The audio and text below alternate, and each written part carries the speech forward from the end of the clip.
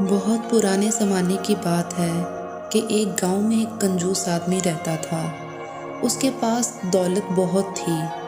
ایک مرتبہ وہ بیٹھا سوچ رہا تھا کہ اگر وہ اچانک مر گیا تو اس کی ساری دولت کا کیا ہوگا۔ میری ساری دولت اور زمین پر تو لوگ قبضہ کر لیں گے۔ اس خیال کے آتے ہی اس نے اپنی ساری دولت جمع کرنا شروع کر دی، یہاں تک کہ اس نے اپنی زمین بھی بیچ دی اور اس رقم کو سونے کے سکوں کی شکل میں جمع کر لیا اور اپنے صحن میں دفن کر دیا، اور اس خیال سے مطمئن ہو گیا کہ اب اس کی دولت کو کوئی بھی خرچ نہیں کر سکتا۔ مگر اب اسے یہ پریشانی تھی کہ اب اس کے گزر اوقات کیسے ہوگی۔ اس نے لوگوں سے جھوٹ بولنا شروع کر دیا کہ اس کے گھر میں چوری ہو گئی ہے اور اس کا سارا مال چور لے گئے ہیں۔ اس کے پاس کھانے تک کے پیسے نہیں ہیں۔ لوگوں نے اس پہ ترس کھا کر اسے کھانا دینا شروع کر دیا۔ اسے اور بھی مزہ آنے لگا۔ وہ سوچنے لگا کہ اب تو اسے کام کرنے کی ضرورت ہی نہیں ہے، اب وہ اپنی باقی کی ساری زندگی اسی طرح بسر کرے گا۔ اس کی یہ خواہش کافی دن تک اس کا ساتھ نہ دے سکی۔ ایک دن اچانک بہت تیز بارش ہوئی اور گاؤں کے گھروں میں پانی جمع ہونے لگا۔ اس کنجوس آدمی کے گھر کے صحن میں بھی پانی جمع ہونے لگا، تو اس نے اپنے صحن کی کھدائی شروع کر دی تاکہ وہ اپنے سونے کے سکوں کے گھڑے کو محفوظ کر سکے۔ مگر بارش اتنی تیز تھی کہ دیکھتے ہی دیکھتے پانی پورے صحن میں جمع ہو گیا۔ وہ اپنی جان بچا کر گھر کے اندر چلا گیا۔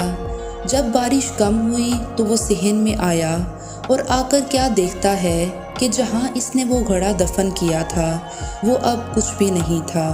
وہ روتا ہوا ادھر ادھر پھرتا رہا مگر اسے وہ گھڑا نہیں ملا۔ وہ تھک کر واپس گھر آ گیا۔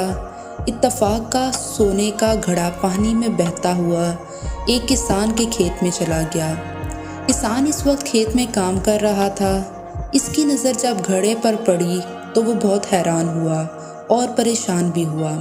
شیطان نے اسے بہکانے کی بہت کوشش کی کہ تم یہ سارے سکے رکھ لو، کوئی بھی تمہیں نہیں دیکھ رہا۔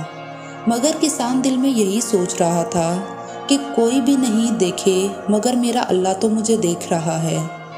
اس نے گاؤں میں آ کر اعلان کیا کہ گھڑا جس کا بھی ہو آ کر لے جائے۔ سب لوگ اس گھڑے کو دیکھنے کے لیے آئے۔ جیسے ہی کنجوس آدمی کو پتہ چلا وہ بھی بھاگا بھاگا آیا اور کہنے لگا یہ گھڑا میرا ہے۔ سارے لوگ کافی ناراض ہوئے کہ تم نے تو کہا تھا کہ تمہارا سارا مال چوری ہو گیا ہے۔ تب اس نے ساری بات لوگوں کو بتائی۔